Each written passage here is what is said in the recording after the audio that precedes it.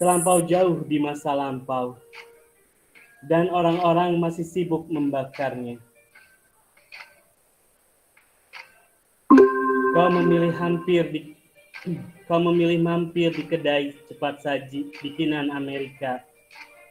Kesedihan berwarna-warni dan rakus, dan suka menghibur kesendiriannya dengan melahap junk food. Kesedihan, seekor kucing liar yang selalu lapar, dan di dalam dirimu ada burung kecil takut mengepakkan sayapnya yang berwarna-warni. Ku amati kesedihan dan mulai berpikir, jika aku bisa mencintai kesedihan, aku barangkali sering bahagia. Terima kasih. Terima kasih. Terima kasih Kang Hadi sudah membacakan puisi dengan begitu indahnya. Oke, tanpa berlama-lama ya. Hari ini yang akan menjadi moderator adalah Kang Rizaldi yang akan memandu berlangsungnya pematerian malam ini. Untuk itu, acara ini saya serahkan kepada Kang Rizaldi. Silahkan, Kang. Baik, sebelumnya terima kasih untuk Teh Tami yang mempersilahkan saya menjadi moderator pada malam hari ini. Baik, bismillahirrahmanirrahim. Assalamualaikum warahmatullahi wabarakatuh. Gimana, jelas suaranya ya? Waalaikumsalam warahmatullahi wabarakatuh. Waalaikumsalam warahmatullahi wabarakatuh. Baik, suara jelas ya? Jelas. Oke. Ya, hari malam ini aku bakal menjadi moderator untuk acara Kamisan pada malam hari ini, dan pemateri kita ini merupakan bukan salah satu ya, sekarang sedang menjabat sebagai Ketua FLP Bandung periode saat ini, dan beliau juga merupakan tarif dari ketua-ketua sebelumnya seperti Kang Haris, gitu kan, dan juga beliau ini sudah menerbitkan salah satu karyanya di FLP yang masuk ke dalam antologi ya, Roti Terlezat di Dunia. Betul? Iya. Oke. Jadi pada malam hari ini kita akan membahas tentang teror mental Putu Wijaya. Wah, ini merupakan salah satu materi atau substansi yang sangat menarik kedengarannya ya. Teror mental. Ini pasti ada sesuatu yang berhubungan dengan teror atau sesuatu yang berhubungan dengan yang mengganggu jiwa dan mental kita. Apakah sebenarnya itu? Nah, nanti itu akan disampaikan oleh pemateri kita pada malam hari ini, yaitu Kang Agus. Baik, tanpa berlama-lama lagi, saya akan langsung alihkan ke Kang Agus, karena mungkin kalian juga udah nggak sabar untuk mendengarkan materinya. Oleh karena itu, saya persilakan Kang Agus. Bismillahirrahmanirrahim. Assalamualaikum warahmatullahi wabarakatuh. Waalaikumsalam warahmatullahi wabarakatuh. Alhamdulillahirabbil alamin. Wassalatu wassalamu ala asyrofil anbiya wa mursalin. Sayyidina Muhammadin wa alihi wa sahbihi ajma'in, amma ba'du. Alhamdulillah kita ketemu lagi di acara Kamisan daring. Walaupun kita bertemu secara virtual, tapi hatinya tetap menyatu ya. Semoga semangat literasi kita tetap tinggi walaupun masa pandemi, tapi jangan berkecil hati karena semuanya pasti akan berlalu. Pandemi ini akan berlalu. Ya. Untuk hari ini sebenarnya ingin cerita dulu sih kenapa judulnya ini teror mental Putu Wijaya. Mungkin Zaldi bisa bantu bagikan layarnya, PPT-nya. Enggak. Kenapa teror mental Putu Wijaya? Teror mental Putu Wijaya. Awalnya baik, itu ya. Untuk slide-nya ditunggu ya. Ya. Awalnya itu sebenarnya saya ditanya apa nih? Ya saya jawab ya terserah, yang mungkin sesuatu yang dengan saya apa gitu. Terus dari panitia kamisannya itu, pengurus kamisannya itu bilang, gimana kalau sastra teror Putu Wijaya? Saya tuh langsung ngerasa, waduh, sastra teror berat gitu. Karena apa ya? Untuk teror sastra teror kan kemarin kita udah ngebahas ada sastra profetik, ada sastra pesantren, terus ada sastra teror. Sementara kalau kita cari mungkin ya, kita nggak akan nemu sastra teror itu lebih membingungkan lagi daripada sastra pesantren. Kan sastra pesantren udah jelas lah apa sih yang mereka pernah nyantri atau mungkin dari pesantren atau ditanya berdasarkan pesantren itu, atau profetik udah ada, walaupun belum selesai tapi udah ada yang merumuskan. Nah sekarang ini sastra teror itu jangan gitu, saya bilang jangan. Mana kalau teror mental Putu Wijaya. Kenapa? Karena ya Putu Wijaya itu senang banget apa ya namanya teh, senang banget untuk meneror mental para pembacanya, makanya itu aja gitu. Terus apa ya? Terus tuh di Putu Wijaya itu ya mungkin kenapa dipilihkan Putu Wijaya juga karena saya itu senang banget dengan karya-karya Putu Wijaya. Bahkan beberapa karya saya terinspirasi dari Putu Wijaya, gaya menulis saya terinspirasi dari Putu Wijaya. Walaupun disebut fans garis keras nggak juga sih, karena saya nggak punya semua bukunya, tapi saya senang gitu dengan karya Putu Wijaya. Nah ini udah ada slide-nya, ada teror mental Putu Wijaya ya. Oke, slide selanjutnya silakan Jali. Nah, siapa sih Putu Wijaya? Mungkin ada yang belum begitu mengenal Putu Wijaya. Jadi, Putu Wijaya itu namanya itu I Gusti Ngurah Putu Wijaya. Atau biasanya dipanggil Putu Wijaya. Lahirnya di Puri Anom Tabanan, Bali. Pada tanggal 11 April 1944. Nah, beliau ini seorang sastrawan yang dikenal tuh emang serba bisa. Hampir semua genre itu dalam karya tulis ya, hampir semua itu diambil kecuali puisi. Beliau itu nulis drama, cerpen, baik cerpen janita, cerpen, esai, novel, skenario film, skenario sinetron, bahkan beliau pun pernah melukis. Beliau pernah menjadi seorang pelukis walaupun nggak banyak karyanya, tapi beliau juga pernah melukis. Nah, Putu Wijaya itu luar biasanya itu udah menulis kurang lebih dari 30 novel, 40 naskah drama, dan sekitar 1000 cerpen. Kenapa bisa sampai 1000 cerpen? Karena kalau nggak salah Putu Wijaya itu nggak mau harinya sia-sia nggak menulis. Dia itu kadang sehari itu bisa bikin 1 cerpen, atau mungkin beberapa hari bisa selesai cerpen, kemudian masukin ke media, ya cetak aja gitu. Jadi soal cerpen mah Putu Wijaya udah nggak saya tanya lagi, luar biasa. Ada ratusan esai juga banyak, artikel lepas ada, terus kritik drama juga ada. Sebagai seorang dramawan yang memimpin teater mandiri sejak 1971 dan telah mementaskan puluhan lakon maupun di luar negeri. Beliau ini kadang jadi pemeran di dalam dramanya juga. Sayangnya beliau ini sekarang kondisinya itu lagi stroke gitu ya, nggak bisa jalan gitu, nggak bisa jalan di kursi roda.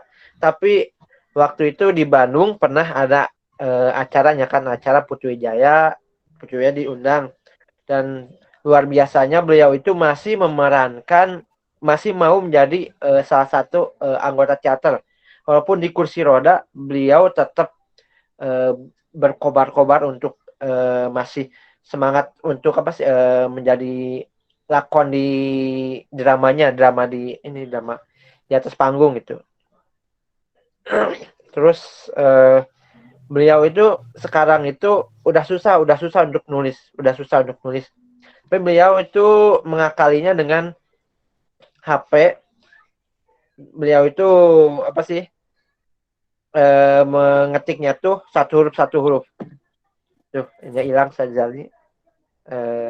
Slide-nya hilang. Nah, dengan jari satu jari gitu ya, satu jari misalnya setiap hari itu.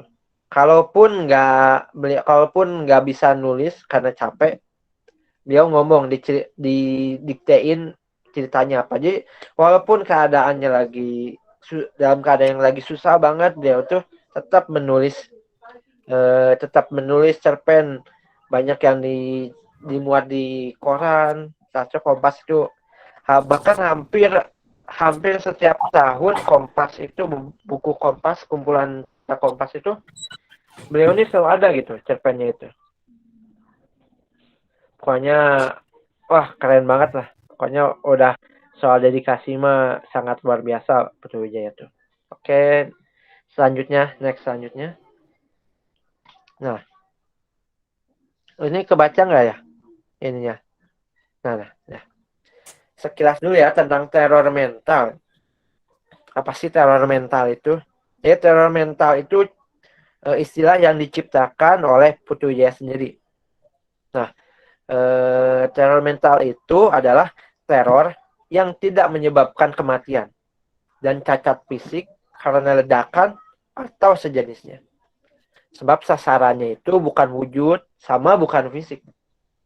Nah, kalau sampai terjadi pembunuhan, itu bukan teror mental, tapi teror yang sudah mental.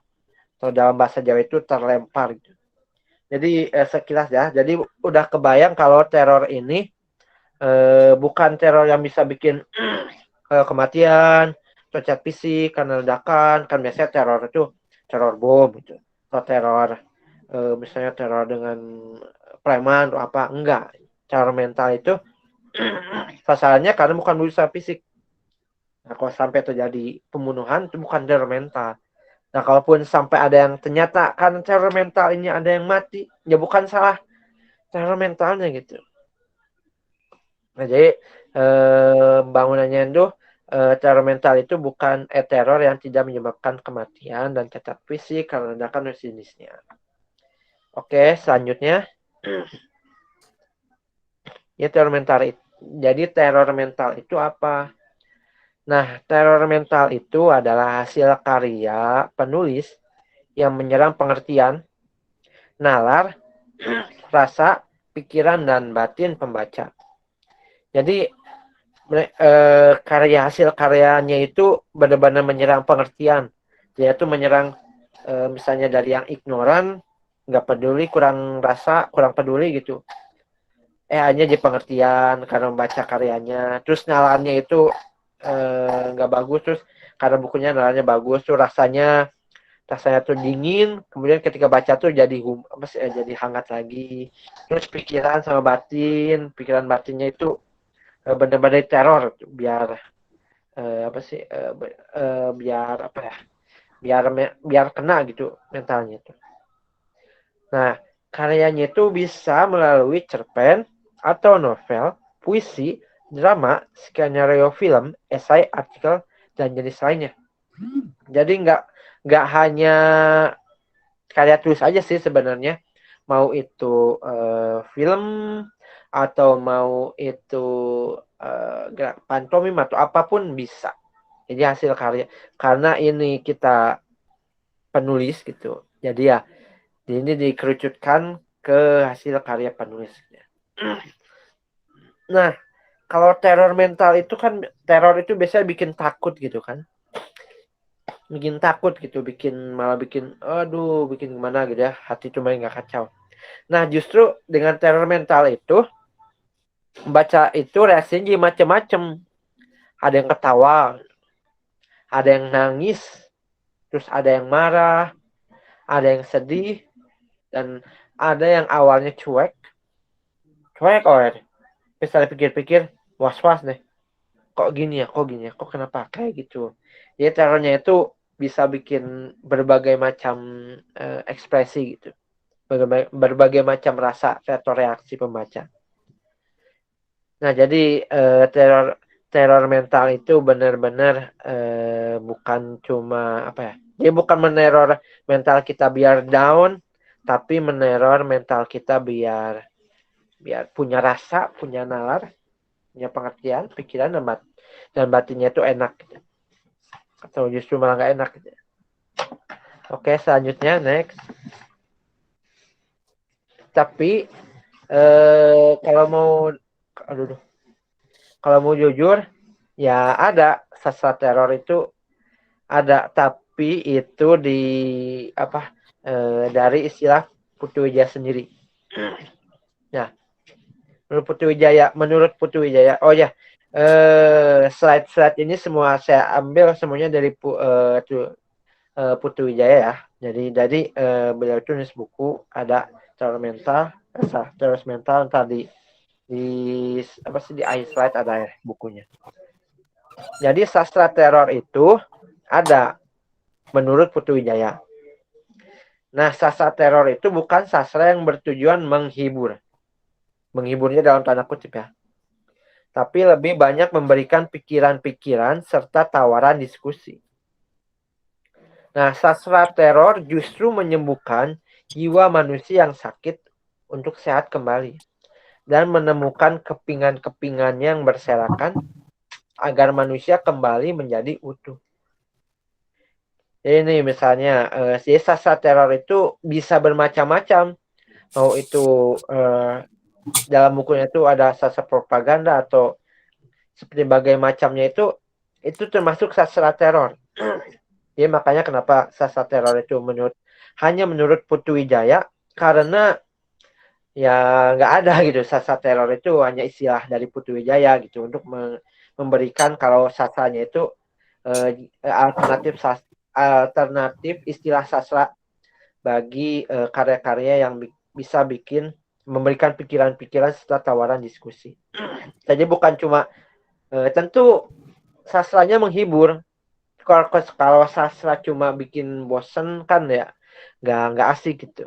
Tapi ini sastranya menghibur tapi dalam tanda kutip, karena menghiburnya itu memberikan juga pikiran-pikiran serta tawaran diskusi. Karena banyak tulisan yang menghibur, ya menghibur aja gitu.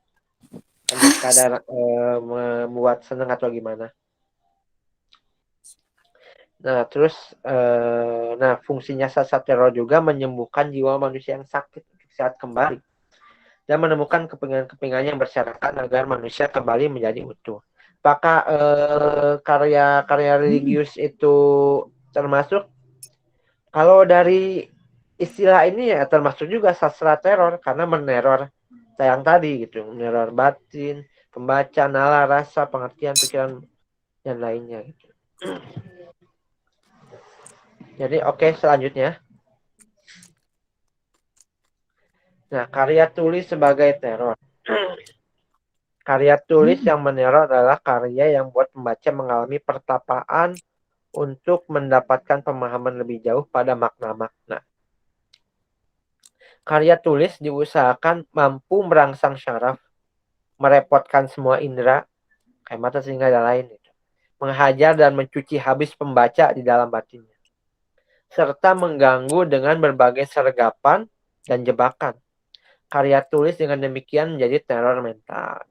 Jadi sebenarnya intinya itu sama ya, ada mungkin teror mental, terus sastra teror, terus kayak tulis sebagai teror, ini sama gitu. Jadi intinya itu karyanya itu nggak hanya sekadar cuma bikin udah gitu, udah dilupakan, tapi setelah baca itu jadi mikir, oh iya ya, oh iya, apa masa sih gitu. Nah, seperti kayak gitu ya. Jadi usahakan karya tulis kita itu meneror pembaca biar mereka itu paham atau menjadi manusia yang lebih baik. Nah.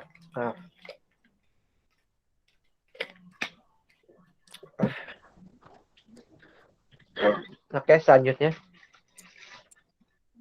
Ini mungkin agak cepat ya karena ini mungkin lebih ke diskusi sih daripada pemaparan materi, karena ya karena ya ini apa sih judulnya luar biasa dan ini Putu Wijaya jadi maaf jadinya nggak maaf ya. Nah,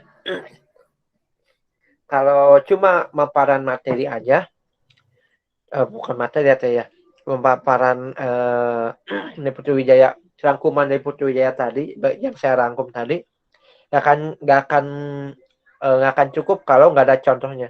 Kalau kita cuma ngasih materi, nggak ada contoh, ya pasti pada bingung. Nah, ini udah ada contohnya di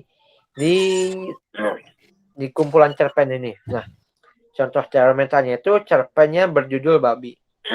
Adalah contoh teror mental yang ciamik. Cerpen itu berasal dari kumpulan cerpen berjudul Grace terbitan Balai Pustaka. Nah, itu ada covernya di sini. Kalau misalnya penasaran, bisa cari di situ. Cerpennya lebih lengkapnya judul cerpennya itu Babi gitu. Maaf ya, Babi. Nah, ini cerpennya kalau nggak tahu kumpulan cerpennya tahun 80-an, 90-an ya. Lupa saya gitu. Oke. Next. Nah, konfliknya itu unik gitu.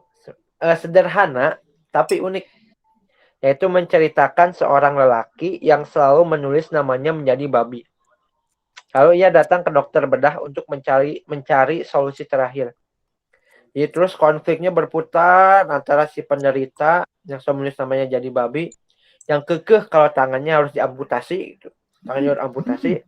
Terus sama dokter yang menolak untuk memotongnya. Nah, itu jadi Putu Wijaya itu konfliknya itu biasanya sederhana, tapi bisa bikin apa ya, pembaca itu jungki apa sih, terombang-ambing gitu perasaan, jiwa atau bahkan mentalnya gitu. Bisa meneror gitu. Padahal konfliknya ini cuma seorang lelaki terus selalu menulis namanya jadi babi gitu. Ketika dibaca ini babi, udah datang ke dokter bedah untuk minta dipotong tangannya karena tangannya itu malah dalam pikirannya namanya, tapi yang dituliskannya teh malah itu gitu babi gitu. Nah, jadi makanya saya beberapa kali itu selalu mencari, kalau menulis cerpen itu mencari ide yang out of the box gitu, biar walaupun konfliknya sederhana tapi menarik. Oke, next. Nah, buka cerpennya itu nendang banget gitu. Dan saya tuh hampir semua cerpen saya tuh benar-benar terinspirasi dari Putu Wijaya, karena kalau di pembukanya aja udah nendang, udah menarik, pasti pembaca itu pengen baca ke bawah terus pengen baca sampai selesai. Oke, nah ini penggalan pembuka cerpennya. Setiap kali hendak menulis namanya sendiri, tangannya selalu keseleo dan menulis kata babi. Ia jadi dongkol sekali. Ia telah mengunjungi seorang ahli ilmu jiwa, tapi tidak mendapatkan hasil yang ia inginkan. Ia juga sudah datang ke depan seorang ulama, tetapi ia hanya dinasihati supaya beristirahat. Padahal ia yakin benar bahwa mungkin sekali ia sedang berubah menjadi gila. Nah, ini kita udah, pembukanya pun udah menarik gitu kan. Setiap kali ya ada orang, kalau logika memang sih, apa sih masa ada orang salah nulis nama gitu. Harusnya namanya misalnya Yadi atau Anton, malah jadi kuda atau gimana gitu. Makanya orangnya jadi dongkol sekali. Jadi pembukanya nendang gitu. Sangat luar biasa gitu ya. Oke, selanjutnya.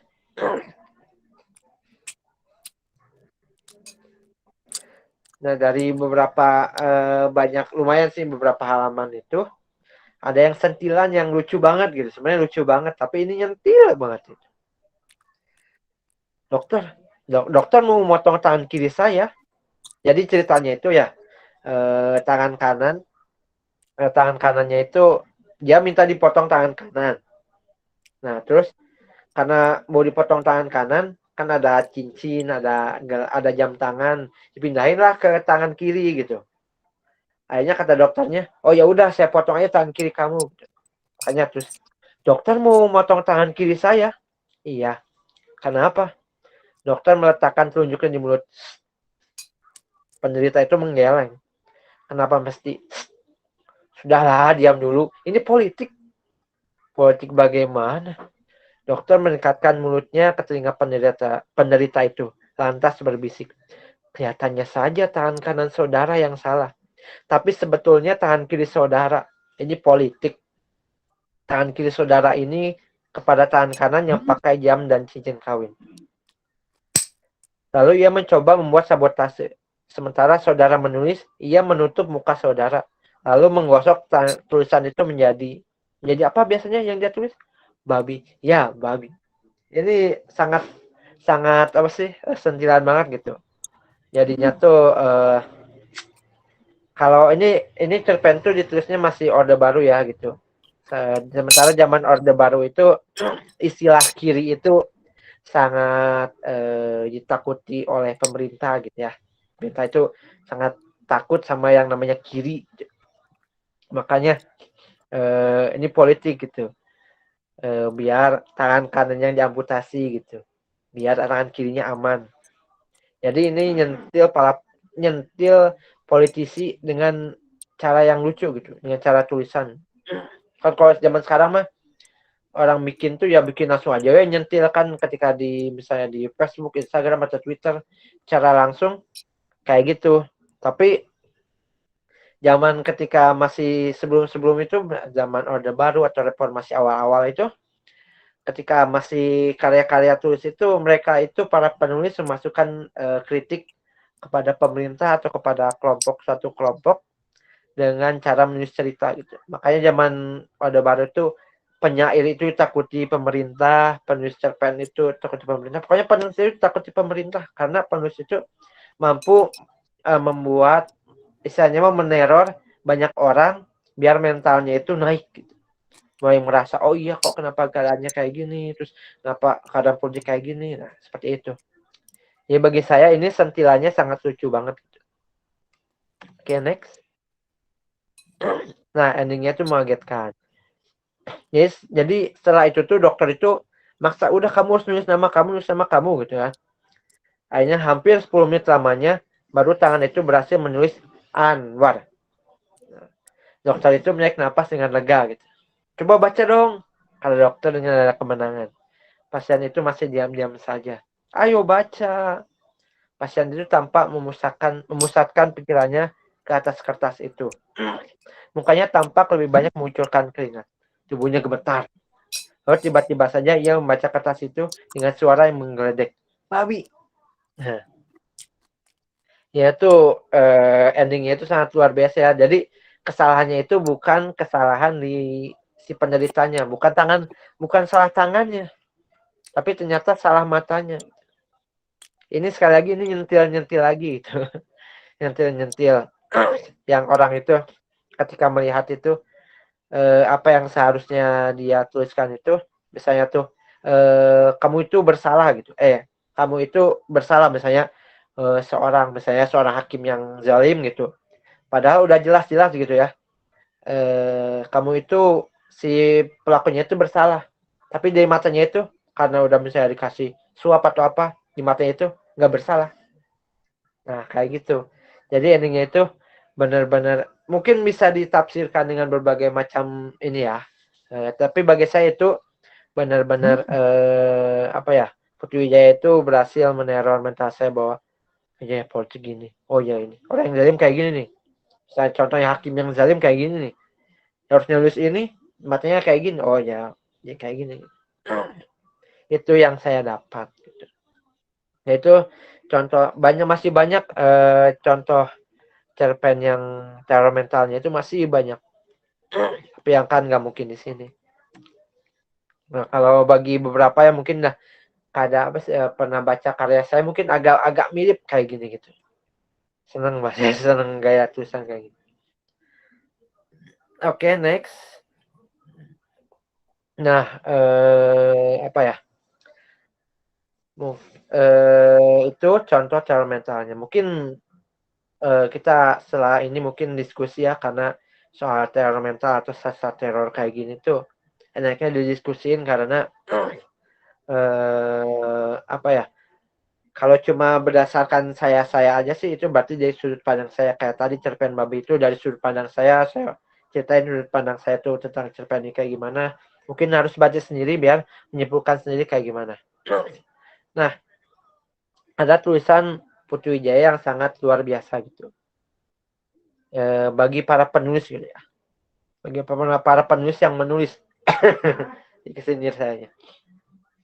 Jadi tulisannya kayak gini. Surat yang saya kirim 30 tahun lalu kembali. Mungkin alamatnya tidak lengkap. Atau tulisan saya yang tidak terbaca. Bisa jadi urusan pengiriman surat memang brengsek. Yang mengherankan, surat itu masih utuh. Tetapi ketika dibaca lagi, saya terkejut. Ternyata isinya sudah berubah. Benarkah itu surat saya? Benarkah semua itu yang sudah saya tulis? Atau surat itu tumbuh? Jadi saya menangkap tulisan ini orang yang berkembang gitu. Orang penulis yang 30 tahun lalu menulis, kemudian dia baca lagi hasil karyanya. Kalau dia benar berkembang, dia tuh bakal bingung. Oh, saya dulu pernah nulis kayak gini ya? Kok tulisan saya dulu kayak gini ya? Nah, itu penulis yang berkembang gitu.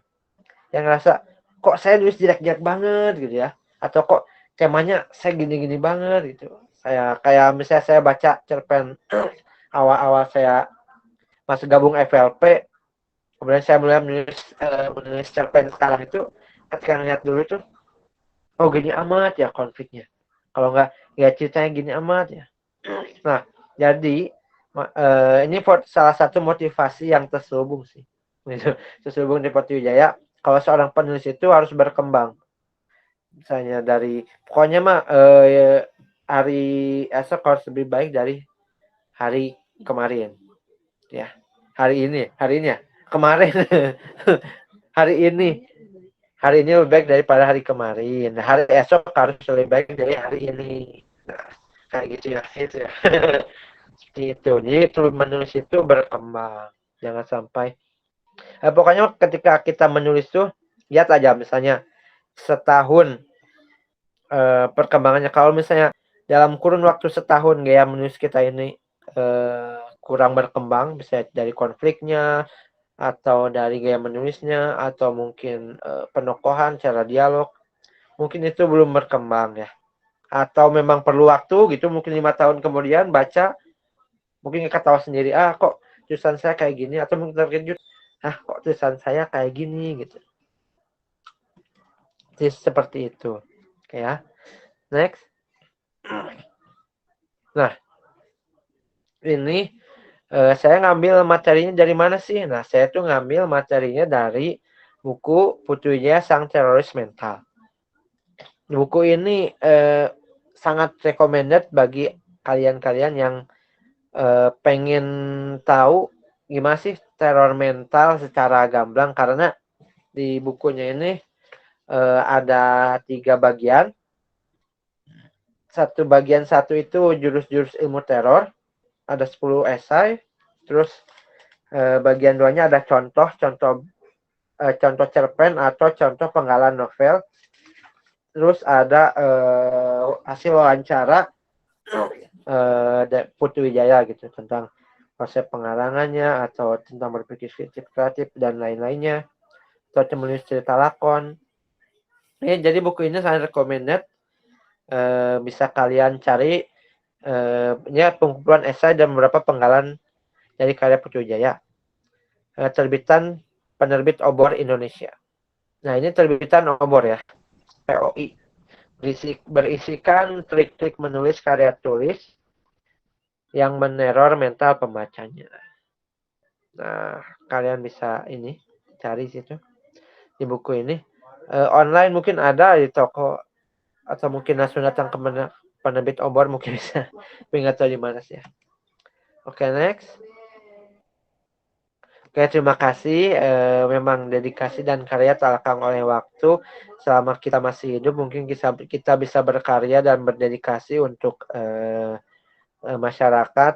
Semoga bermanfaat. Tentang teror mentalnya ini mungkin kita buka aja dengan diskusi. Terima kasih. Sekian dari saya. Assalamualaikum warahmatullahi wabarakatuh. Waalaikumsalam warahmatullahi wabarakatuh. Apa ini?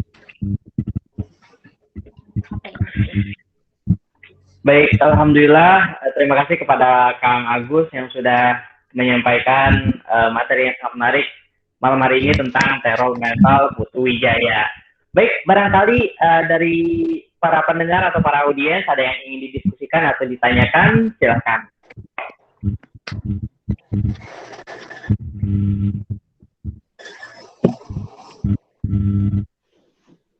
Silakan, ada yang ingin ditanyakan? Atau didiskusikan lah bareng-bareng, kita diskusi bareng-bareng. Yang udah baca cerpennya Putu Wijaya boleh didiskusikan nih. Kira-kira apakah cerpennya Putu Wijaya selalu tentang teror mental? Baik, nggak ada ya. Coba. Oke. Kalau misalkan belum ada yang ingin bertanya atau berdiskusi, aku bakal ngajuin, bakal share sesuatu dan ngajuin pertanyaan mungkin ya ke Kang Agus atau ke yang lain kalau tahu gitu. Kita tahu ya dalam beberapa artikel disebutkan bahwa Putu Wijaya atau kualitas tulisan Putu Wijaya ini itu terutama tentang teror mental ya, itu tidak seperti di zaman Orde Baru. Karena di zaman reformasi atau zaman sekarang ini kan lebih terbuka ya. Nah, saya sebagai pembaca awam cerpen Putu Wijaya kadang-kadang bingung gitu, apa perbedaan cerpennya Putu Wijaya tentang teror mental saat Orde Baru dengan cerpennya karya-karya Putu Wijaya saat di zaman reformasi gitu. Memang apa sih bedanya gitu? Nah, apakah dari kata-katanya atau dari apanya gitu? Terima kasih. Makasih Jaldi untuk pertanyaannya. Dari yang saya baca ya gitu ya. Kalau sebenarnya baru transformasinya ya dari ketika Orde Baru itu nggak begitu banyak ini sih. Walaupun ketika Orde Baru itu kan zaman itu kan soal pemerintahan dengan soal kemanusiaan itu kan sangat-sangat riskan gitu kan. Apalagi dalam pemerintahannya yang lumayan gitu kan, lumayan wah gitu, luar biasa gitu Indonesia tuh. Ketika pemerintahan Orde Baru itu karya-karya beliau itu ya kayak ketika cerpen Babi tadi menyinir politisi, pemerintah atau kayak gimana. Jadi secara banyak fokusnya itu mengkritik jadi fokusnya itu banyak mengkritik ada pemerintah, terus masyarakat, terus ketidakadilan apa gitu kan.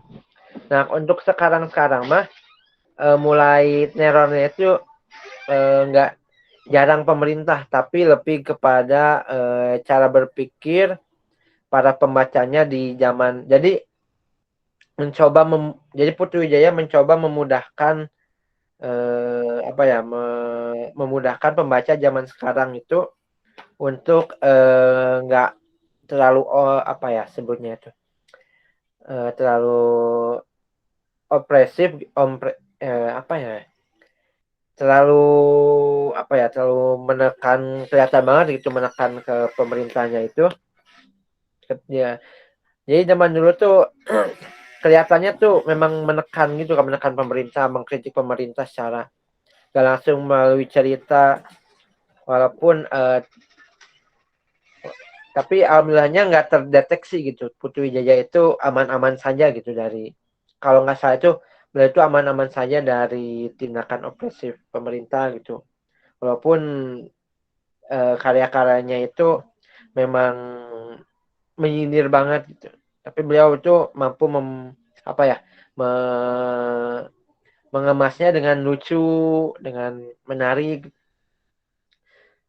Nah, sekarang itu mungkin karena zaman sekarang itu mudah banget mengkritik orang tanpa perlu cerita. Beliau tetap menulis yang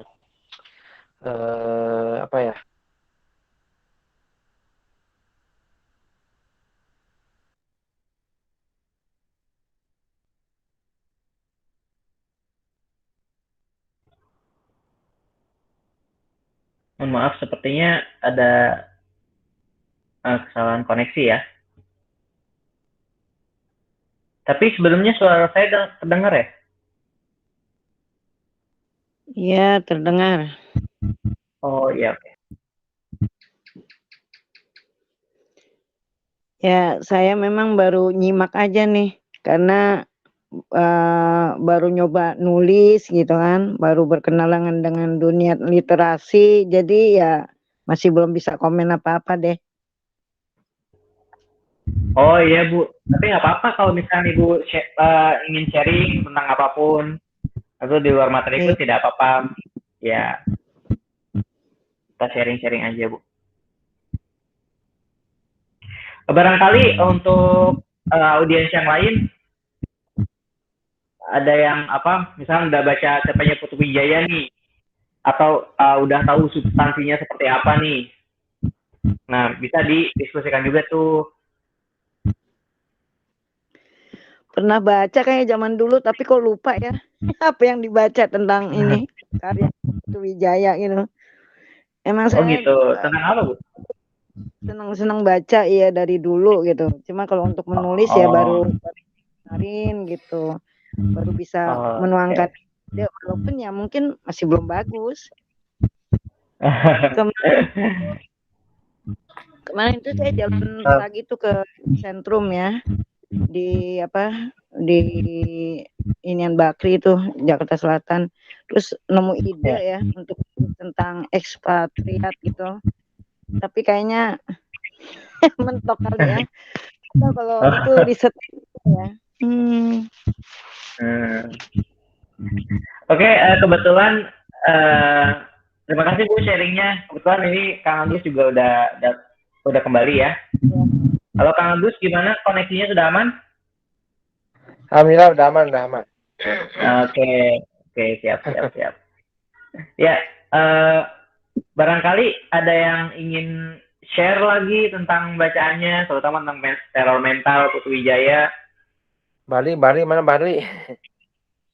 Ya, Kang Barli mungkin, Teh Utami, Kang Hadi, kemudian Kang Iqbal, silakan boleh menyampaikan pendapatnya. Kalau saya sendiri Kang, ini boleh nggak sih kalau misalnya kita interkoneksi, misalkan aku ngebahas teror mental juga, cuman karyanya itu film gitu. Boleh nggak sih? Enggak. Boleh ya? Bebas, ini diskusi. Karena saya juga menemukan salah satu film, Kang. Dia ini sepertinya sangat match dengan teror mentalnya Putu Wijaya gitu. Kalau kalian tahu, nama filmnya itu judulnya Parasite, yang dapat Oscar tahun 2019 di Amerika. Ini salah satu film Asia yang masuk Oscar pertama kali di Amerika.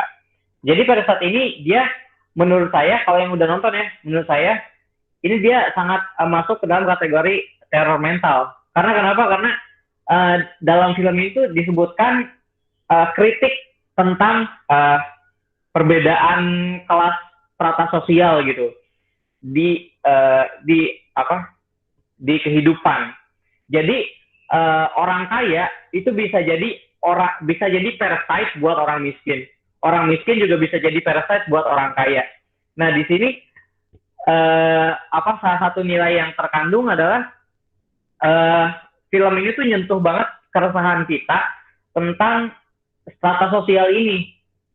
Nah, jadi kita jadi mikir lagi nih, kita misalkan sebagai orang yang menengah, apakah kita bisa merugikan untuk orang yang di atas kita, atau kita bisa merugikan untuk orang yang di bawah kita. Nah, kita jadi refleksi lagi dari nalar kita jadi terbuka gitu. Oh iya ya, kalau misalkan saya begini, kalau misalkan aku begini, saya begini, apakah bakal berdampak gitu ke orang-orang di sekitar gitu. Nah, ini salah satu sharing saya aja sih tentang film yang menurut saya ini sangat teror mental sekali.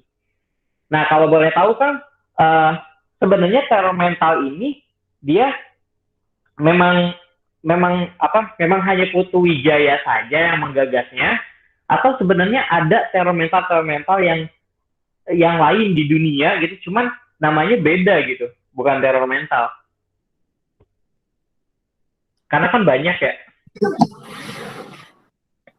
Ya, jadi sebenarnya untuk teror mental itu ya karena memang ini istilah punya Putu Wijaya gitu untuk menggambarkan dianya itu seorang teroris mental, teror mental. Kalau untuk apakah cuma harus Putu Wijaya? Enggak. Karena dalam esainya sendiri Putu Wijaya bilang kalau misalnya ada sastra propaganda gitu ya. Itu pun termasuk sastra teror mental itu juga. Jadi ini enggak terbatas hanya karya-karyanya Putu Wijaya karena teror mental itu ya pokoknya istilah yang dibuat oleh Putu Wijaya untuk menggambarkan karya-karyanya yang mencoba untuk meneror pembaca.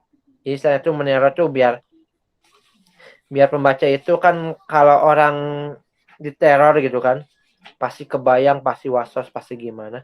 Nah jadi Putu Wijaya itu ingin karya-karyanya itu meneror terus membekas gitu sampai bertahun-tahun kemudian. Jadi harapan Putu Wijaya itu karya-karyanya itu nggak lekang oleh zaman. Walaupun dibaca lagi di misalnya tahun 80-an, tapi kita baca lagi di tahun ini, kita masih relate gitu. Oh iya kayak gini gitu. Jadinya nggak hanya Putu Wijaya aja gitu. Kalau ada karya lain yang bisa sampai menyentuh jiwa, itu ya termasuk teror mental. Cuma istilah teror mental itu bisa dibilang eksklusif lah buat Putu Wijaya, hanya untuk Putu Wijaya. Kalau yang lain mungkin ya ada istilah yang lain, saya kurang begitu tahu karena keterbatasan sumber gitu ya. Tapi pastinya ada gitu. Mungkin menurut lain dengan bahasa apa, dengan judul apa gitu. Pokoknya kenapa ngambil teror mental karena Putu Wijaya ingin hasil karyanya itu tetap terkenang seperti orang yang diteror kayak gitu.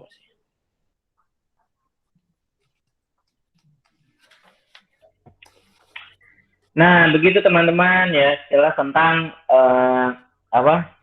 teror mental Putu Wijaya. Baik, barangkali ada yang mau sharing lagi atau bertanya. Karena ini kesempatannya teman-teman ya.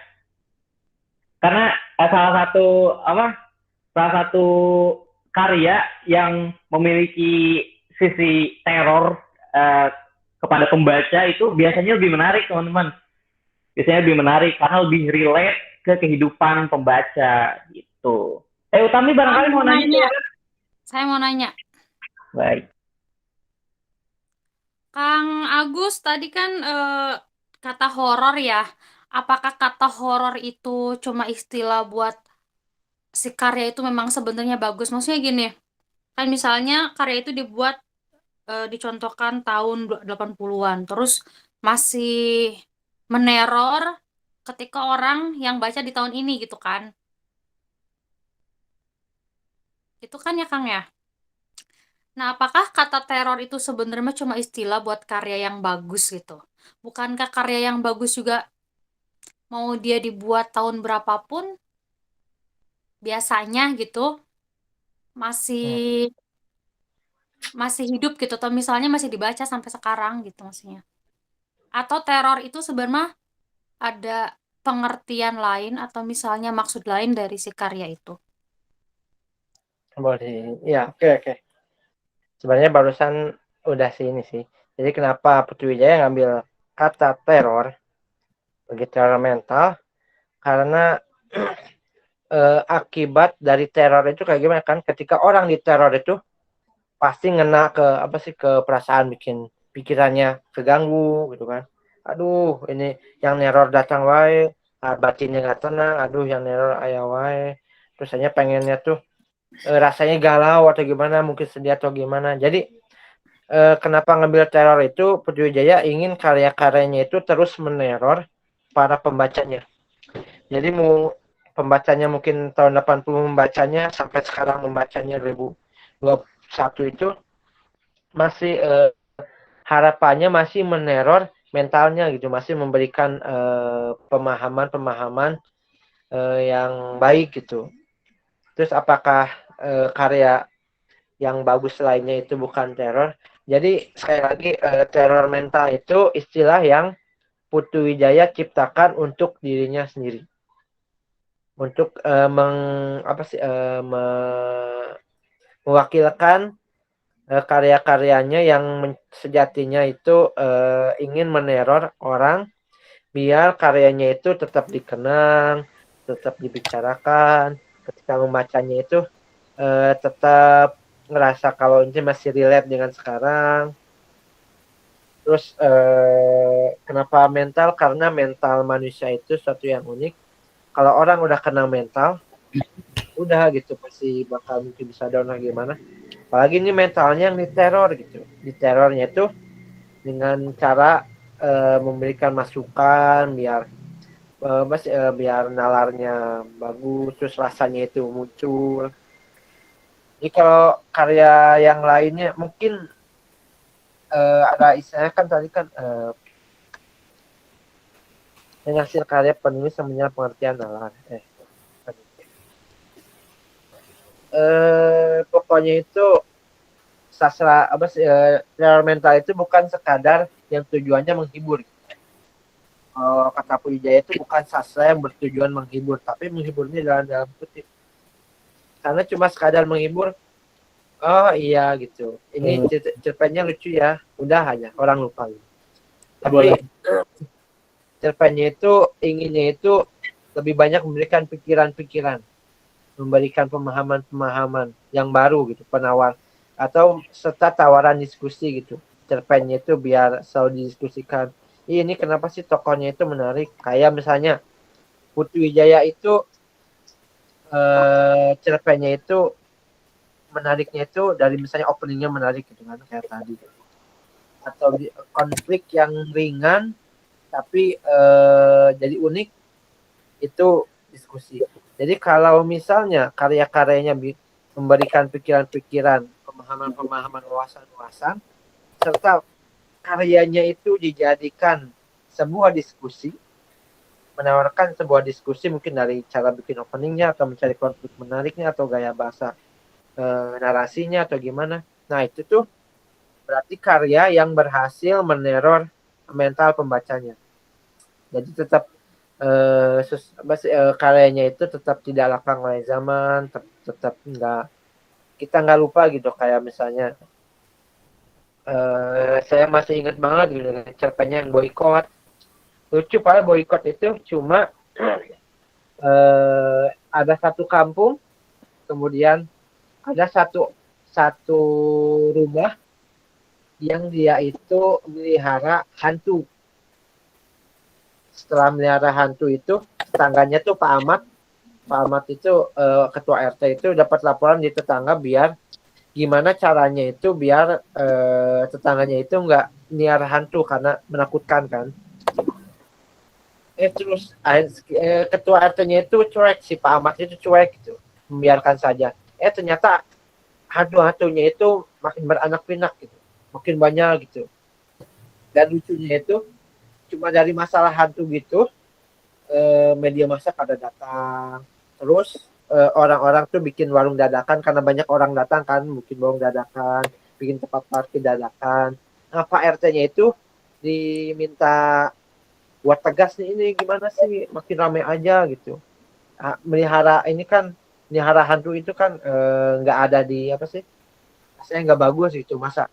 Soalnya kan cuma penasaran pengen lihat hantu gitu kan, pengen lihat hantunya kayak gimana, anak-anak hantunya gimana, sampai bikin tiket gitu, tiket nih ya, tiket mau bagi yang mau lihat hantu bikin tiket, bayar tiket gitu pada masuk, orang-orang kota pada datang. Nah kayak gitu, cuma masih ingat gitu boykot gitu cerpennya itu. Jadi para tetangga pengen ngeboykot tetangganya yang melihara hantu, tapi tetangga yang melihara hantu itu membuka mata pencaharian orang kampung situ. Nah Pak RT itu bingung apakah menuruti keinginan tetangganya yang nggak pengen ada tetangga yang melihara hantu, atau mencoba membela si yang tetangga yang melihara hantu gitu. Nah itu dia Pak RT itu bingung. Jadi kita pun membaca dibuat bingung gimana sih solusinya Pak RT itu biar tetangga yang protes adem, yang nyuruh boikot itu adem, terus biar nggak ada masalah juga dari tetangga yang melihara hantu. Endingnya mah tetangga yang melihara hantunya karena udah kaya gitu ya, keluar negeri, tinggal di luar negeri. Rumah hantunya tinggal di rumah itu semua gitu. Tinggal tetangga udah adem gitu. Ada ayam udah nggak ada ini, walaupun mereka ketakutan sendiri ketika ada rumah hantunya itu. Tapi mereka nggak protes lagi sama tetangga melihara hantu. Jadi mereka itu protesnya itu karena tetangganya melihara hantu, bukan karena hantunya. Jadi mereka nggak suka orangnya, bukan hantunya. Karena mereka nggak suka orangnya ya, makanya mereka itu protes, pengen boikot. Nah itu tuh suatu hal yang meneror mental saya. Masih ingat banget gitu kan, masih ingat banget masalahnya gitu kan, konfliknya kayak gimana. Cuma dari masalah tetangga yang melihara hantu, oh ternyata ujung-ujungnya itu tetangganya itu bukan benci ke hantunya, bukan benci alasannya, tapi benci orangnya. Nah sementara kita tahu sendiri kalau banyak orang itu kelihatannya itu benci karena dia mah kerjanya kayak gitu, gak bagus. Iya. Kerjanya itu mengganggu ketentraman atau gimana. Tapi ya kalau ternyata mereka itu bukan nggak suka karena pekerjaannya, tapi nggak suka orangnya. Kan gitulah udah jadi. Bahkan sekarang udah gamblang gitu. Masih relate sampai sekarang, terus relate tentang boikot itu, tentang orang dengan alasan banyak macam alasannya, tapi ternyata ujung-ujungnya itu ternyata bukan mempermasalahkan melihara hantunya, tapi nggak suka orangnya kayak gitu.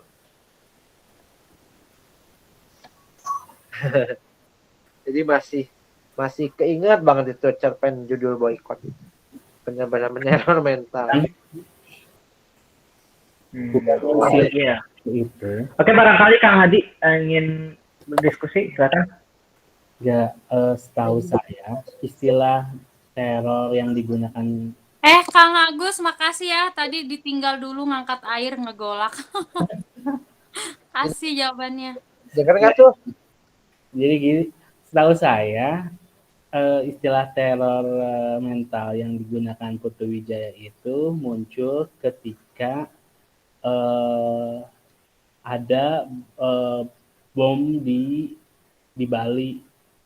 Ketika muncul pergolakan bom di Bali, tetapi selama ini juga dia memang menggunakannya karena ketika dia sudah mulai tidak lagi mampu berbuat banyak gitu. Maksudnya bukan mampu berbuat banyak, maksudnya dia sudah berada di kursi roda. Maka waktu itu dia menggunakan idenya teror mental itu muncul karena adanya teror di Bali itu, pemboman di Indonesia yang marak itu. Nah, baru munculnya teror mental itu dari situ setahu saya. Jadi memang karya-karyanya beliau kan emang karya-karyanya beliau itu kan memang bersifat lebih ke kemanusiaan kan ya. Nah, karena jadi meski kan dia ya, jadi menurut saya istilah teror mental itu digunakan ketika banyaknya kejadian-kejadian pemboman di Indonesia itu. Makanya dia menggunakan istilah teror mental. Bukan berarti karyanya yang memang meneror kita, tapi memang istilah itu dimunculkan oleh beberapa penulis dan dari beliau juga karena hal itu. Menurut saya itu sih di beberapa pendapat dari esainya yang mengungkapkan Putu Wijaya seperti itu. munculnya istilah teror mental itu dikarenakan waktu itu ada isu banyak pemboman sama ketika dia sudah berada di kursi yang sudah tidak mampu berbuat banyak gitu. Makanya dia bergejolak untuk meneror mentalnya gitu biar tetap bisa berkreasi atau bisa menulis lagi gitu. Menurut saya perasaan mah seperti itu sih yang pernah saya baca gitu. Gitu aja sih dari saya perasaannya.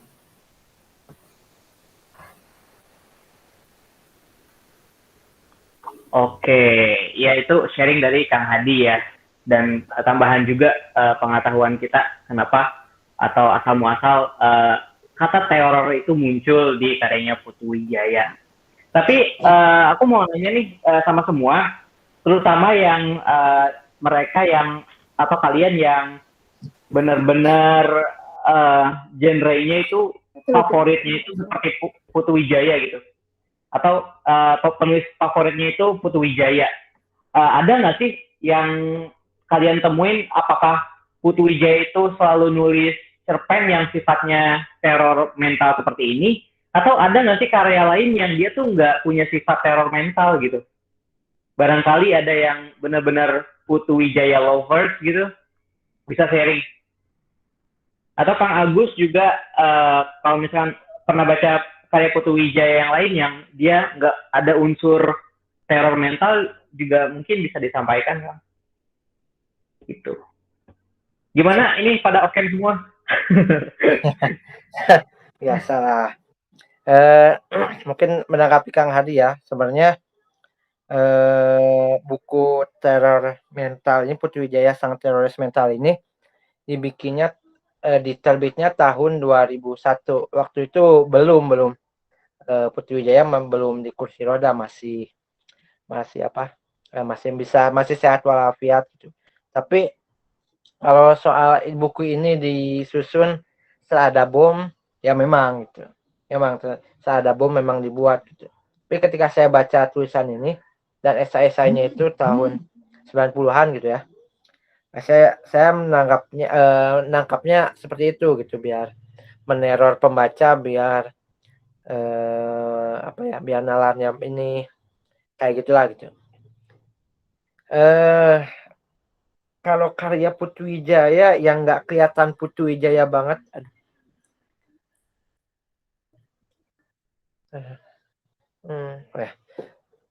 karya Putu Wijaya nggak Putu Wijaya banget bagi saya gitu ya. Yang sangat berbeda dari Putu Wijaya itu novelnya yang berjudul Stasiun.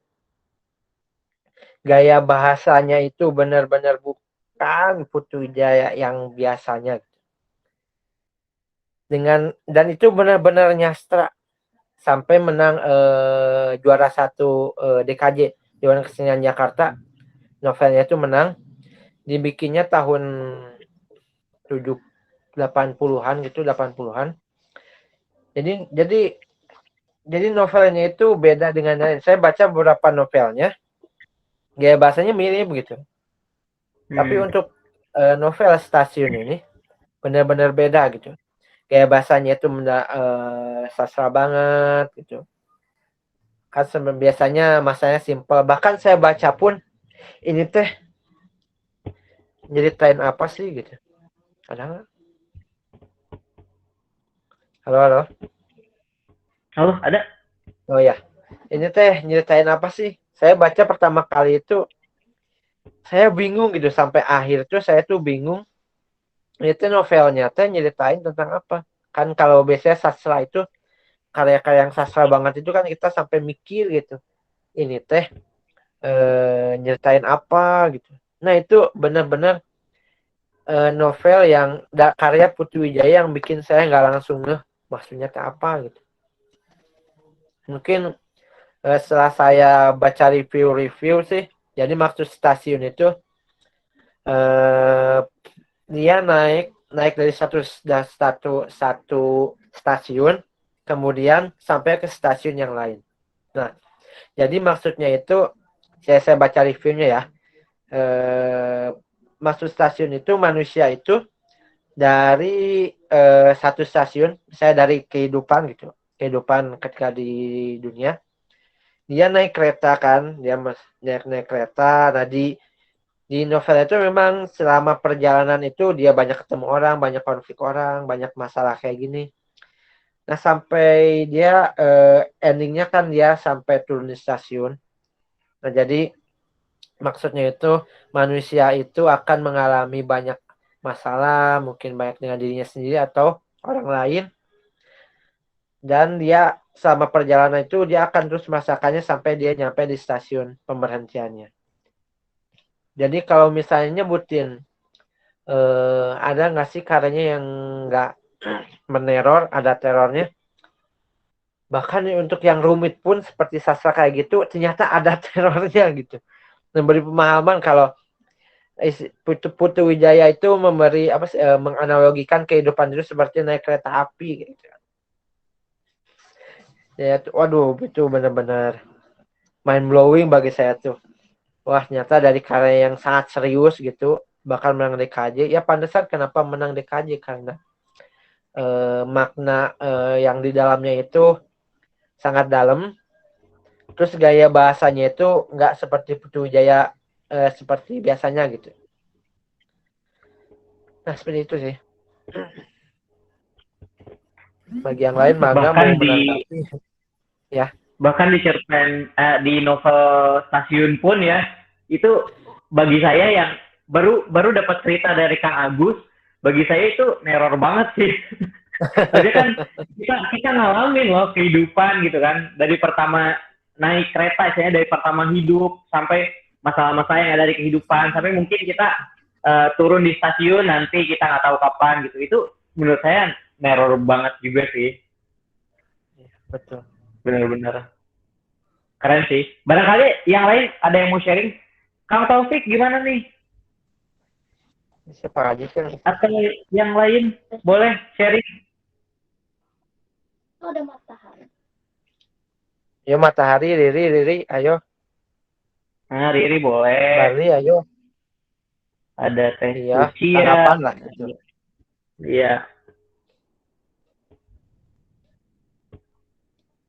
Tami sok Tami, buruin. Oh, kayak tadi udah.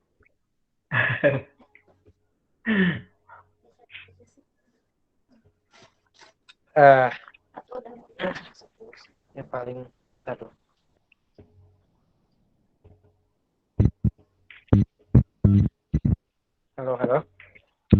Halo. Iya. Barangkali Ibu silakan Bu. Iya, mau nanya sedikit tentang apa sih membuat cerpen itu idealnya sebetulnya berapa halaman ya? Saya pernah mencoba nulis 2000 kata tuh bolak-balik ngecek udah berapa kata ya, dicek lagi udah berapa kata ya gitu sampai akhirnya ya ditambahkan ya closing juga sih gitu. Dan memang ya cerita jadi memang lebih lengkap lah gitu dibandingkan kalau ditulis sedikit gitu. Ada nggak sih batasan ideal gitu?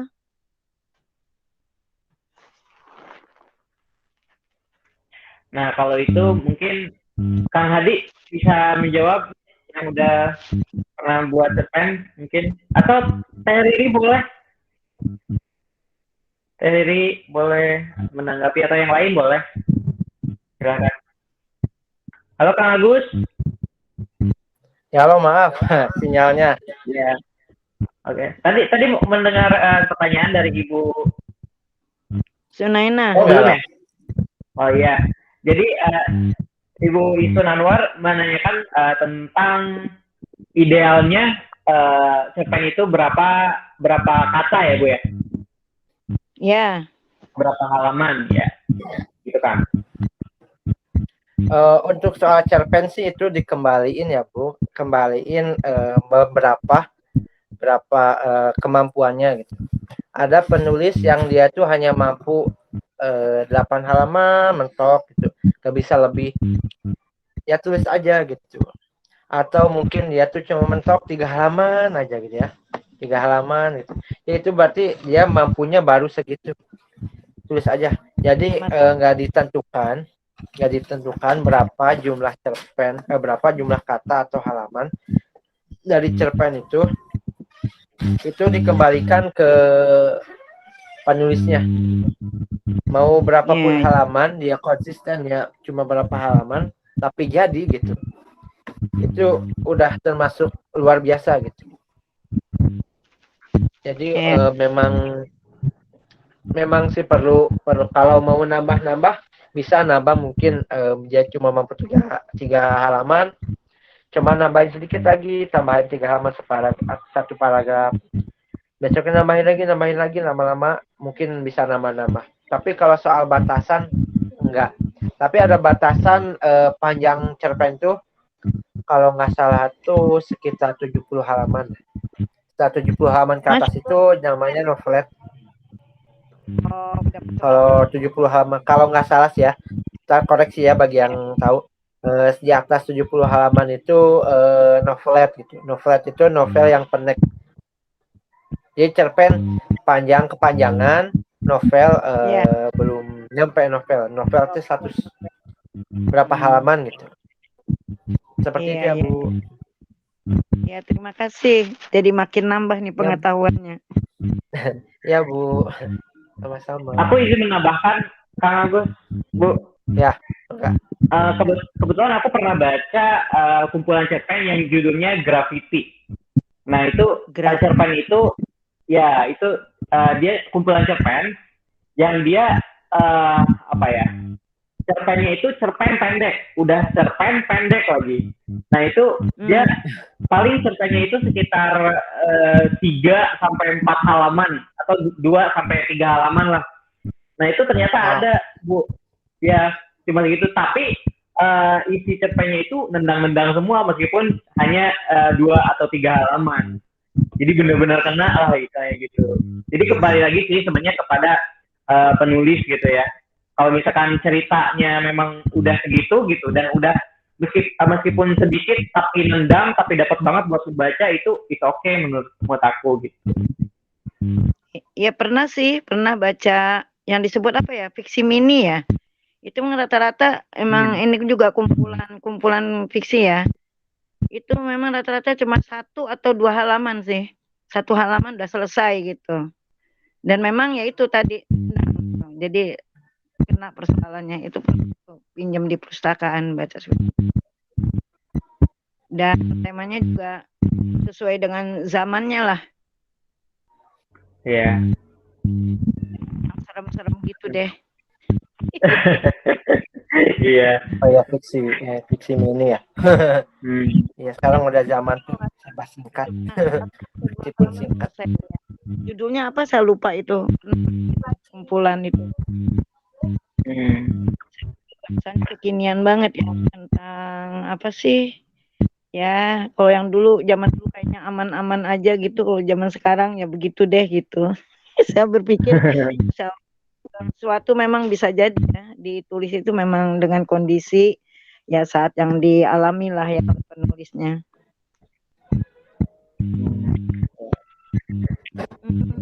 Yang menarik ya. Baik. Iya, terima kasih Ibu atas sharingnya. Kalau boleh tahu Bu, Ibu kalau misalkan nulis itu sering nulis tentang apa Bu? Nulis cerpennya biasanya? Ya sempat tentang ini apa? Jokober. Depus. Itu mungkin bisa saya share nggak ya di grup itu, di grup PA tuh? Oh, Bu. Bisa di share di situ nggak? Ya. Itu Depus memang pendek. Biar nanti bisa baca. Iya, boleh Bu kalau mau di-share biar kita bisa baca juga gitu. Iya, mungkin bisa kasih masukan ya, karena memang saya benar-benar baru belajar gitu kan. Kalau memang bisa banget dikasih masukan. Sama kita sama-sama belajar. Saya belajar, kita juga ada belajar. belum bisa hebat atau gimana. Kita masih sama-sama belajar. Ya masih untuk genre-genre tertentu ya masih belum bisa lah saya. Apalagi flash fiction belum. Masih sederhana aja sih. Puisi pun puisinya juga emang kayaknya lebih mudah nulis puisi walaupun ya bahasanya saya nggak bisa yang belibet yang katanya indah apa nggak bisa bahasanya. Iya. Mungkin kalau bagi saya mah juga, gaya. kalau bagi saya juga puisi lebih sulit sih. Iya. Karena puisi itu meringkas apa yang memasukkan makna ke dalam makna. Iya. Kemarin saya bikin puisi jadi pengen dikomentarin. Oh, boleh. Boleh. Ntar kirim di grup, boleh. Bikin satu Iya. puisi sampai begadang. Nah, bagus bikin. Berkarya Mantap. tanpa batas. Ya, barangkali ada yang lain yang mau sharing, boleh. Tidak usah malu-malu. Dan kita mah santai di sini. Kang Barli ini sepertinya ada keluh kesah tertentu nih, Kang Agus nih.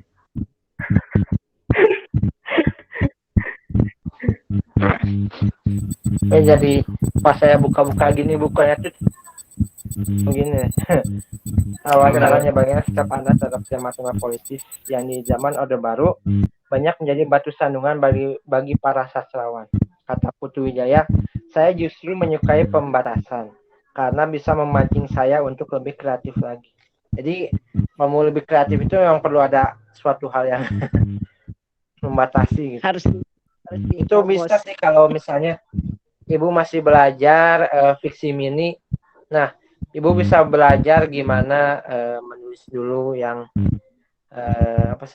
menyiasati pendek tapi ceritanya menarik itu bisa. Karena dengan pembatasan itu kita dibikin kreatif untuk bikin ceritanya. Iya. Ya, saya coba lah. Ya selama ini sih nulis ya di ini aja di akun FB aja sih sama ada mungkin 2 grup kali ya yang saya suka share tulisan saya. Oh, iya Bu. Saya nulis di mana Bu? Di maksudnya di share itu di masih tulisan di Facebook. Di akun pribadi Oh, iya. dan saya ikut di grup Ruang Kata yang itu Pak Muhammad Sabir sama BNB belajar nulis bareng itu. Dulu pernah sempet share di KM yang udah mati suri itu. Cuma memang ya tulisan saya sih nggak pernah laku, nggak ada ngelirik. Tapi ya menulis aja lah, terserah lah orang mau lihat mau enggak. Betul. Gitu. Betul banget sih Bu. Iya. Yang penting kita ada keinginan, kemauan buat berkarya dulu sih. Iya. Masalah diapresiasi atau enggak ya itu masalah belakangan lah. Barangkali ada yang lain yang mau share, ayo semangat semuanya.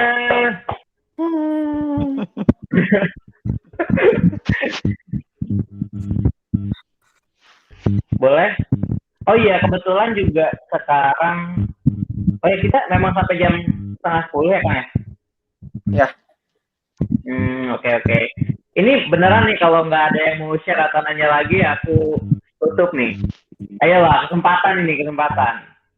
Ya, Kita biar diskusi, Bang. ramai. Biar malam ini nih diskusinya menarik. Biar makin banyak tahu. Semangat. Ayo tuh. Ini kan masih Agustus, masih 17-an. Semangat 17-an. Halo. Ya, silakan. Kedengeran nggak? Kedengeran, Kang. Punten nggak bisa full ngikutin diskusinya, tadi ada sesuatu yang harus diurus. Pengen ngasih sharing lah dikit gitu. Kan selama beberapa pertemuan belakangan tuh kita sering menggunakan satu istilah untuk masuk ke diskusi ya, kayak kemarin sastra profetik, terus ada sastra pesantren, terus sekarang ada teror mental. yang saya pikirin sih istilah-istilah itu tuh sebetulnya semacam tools ya, atau semacam jalan bagi kita untuk memahami satu pengarang tertentu gitu. Tapi bukan berarti konsep itu kemudian bisa mewakili sepenuhnya apa yang dimaksudkan oleh si pengarang. Misalkan tadi pertanyaannya Rizaldi, kenapa kok ada nggak karya Putu Wijaya yang nggak Putu Wijaya banget? Nah, sebenarnya itu tuh pertanyaan yang menjebak ya menurut saya. Karena berasumsi bahwa satu pengarang itu punya satu identitas gitu. Dan itu yang buat saya agak misleading.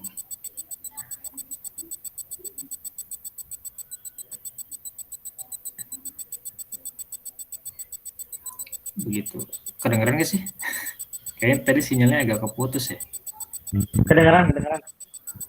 Jadi ya tadi jadi seolah memang pengarang itu punya satu warna, tapi kita nggak bisa menafikan kalau satu pengarang itu punya warna-warna yang lain. Hanya saja mungkin warna tertentulah yang kemudian ditangkap oleh pembaca. Jadi misalkan ketika kita ngelihat Putu Wijaya, ya kita ngelihat teror mentalnya. Meskipun memang karya-karya beliau sendiri juga punya nih karya-karya yang ibaratnya dalam tanda kutip soft gitu, lembut. Saya pernah baca salah satu cerpennya Putu Wijaya di Kompas, itu ceritanya sederhana sekali tentang sebuah keluarga yang hidup pas-pasan, dan dia itu punya seorang bos nih. Keluarga ini tuh kepala keluarga itu punya seorang bos, dan bosnya ini punya orang tua. Nah, orang tuanya Oma. ini yang sering dititipkan ke kenapa? Punya oma. Punya oma. Nah, itu gitu. Jadi omanya ini adalah orang tuanya si bos tadi yang sering dititipkan ke keluarga yang pas-pasan tadi setiap kali si bos ini mau liburan. Dan kehadiran si oma ini bikin suasana keluarga tersebut menjadi hidup. Kemudian yang kedua, oma itu yang berasal dari keluarga kaya justru merasa lebih hidup ketika bergaul dengan keluarga itu tadi yang hidup pas-pasan tadi. Jadi ada ibaratnya kegembiraan di tengah situasi pas-pasan lah. Jadi kurang lebih kayak gitulah. Jadi si cerpennya tuh umumnya bukan meneror gitu di cerpen itu tuh, tapi lebih ke cerpen yang soft gitu. Itu yang pertama. Terus yang kedua sih, saya pengen sharing juga opini bahwa yang namanya teror mental itu kan dalam bayangannya Putu Wijaya itu kan pasti selalu seperti bom ya, atau mungkin sejenis satu senjata yang ditembak satu kali kemudian menghancurkan apapun yang dia tuju. Tapi kan kita juga bisa mengenal yang namanya teror secara tersembunyi gitu, bahwa banyak juga pengarang-pengarang yang sebetulnya tidak menyentak kita di paragraf pertama, tidak menyentak kita di halaman pertama, tapi bisa membuat kita terganggu juga gitu, bisa membuat kita terteror juga. Hanya saja kita terteror tidak secara mendadak atau secara cepat, tapi dengan seperti hunusan belati yang menusuk pelan-pelan gitu. Jadi sesuatu yang sakit awalnya terasa biasa aja, tapi lama-lama semakin sakit dan sakit gitu ya. Buat saya sih filosofinya Putu Wijaya bisa merangkum juga ke teror yang semacam itu. Kayak gitu aja. Itu aja sih. Makasih. Ya, terima kasih sharingnya Kang Barli. Ya, barangkali ada yang mau menanggapi, silakan.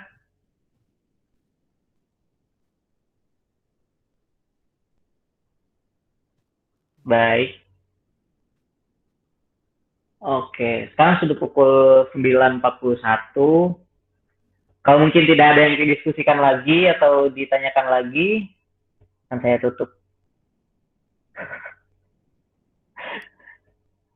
Gimana? Jika tidak memungkinkan untuk bertanya atau berdiskusi lagi akan saya tutup. Teror banget nih.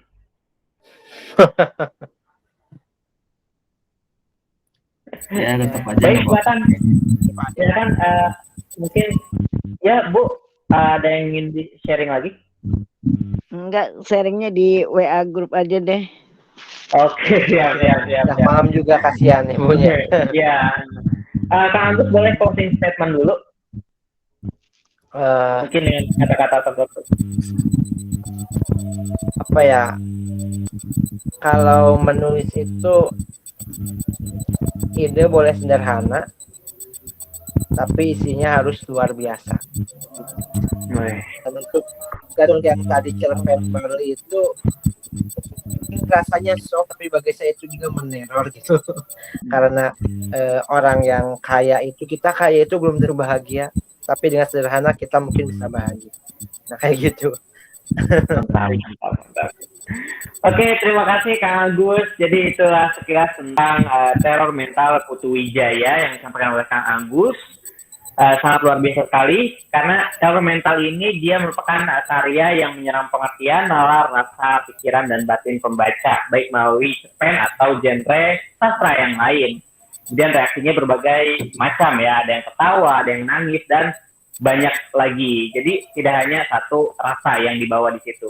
Baik, untuk mengakhiri mungkin kita bisa foto bersama dulu sebelum saya serahkan ke Teh Utami ya.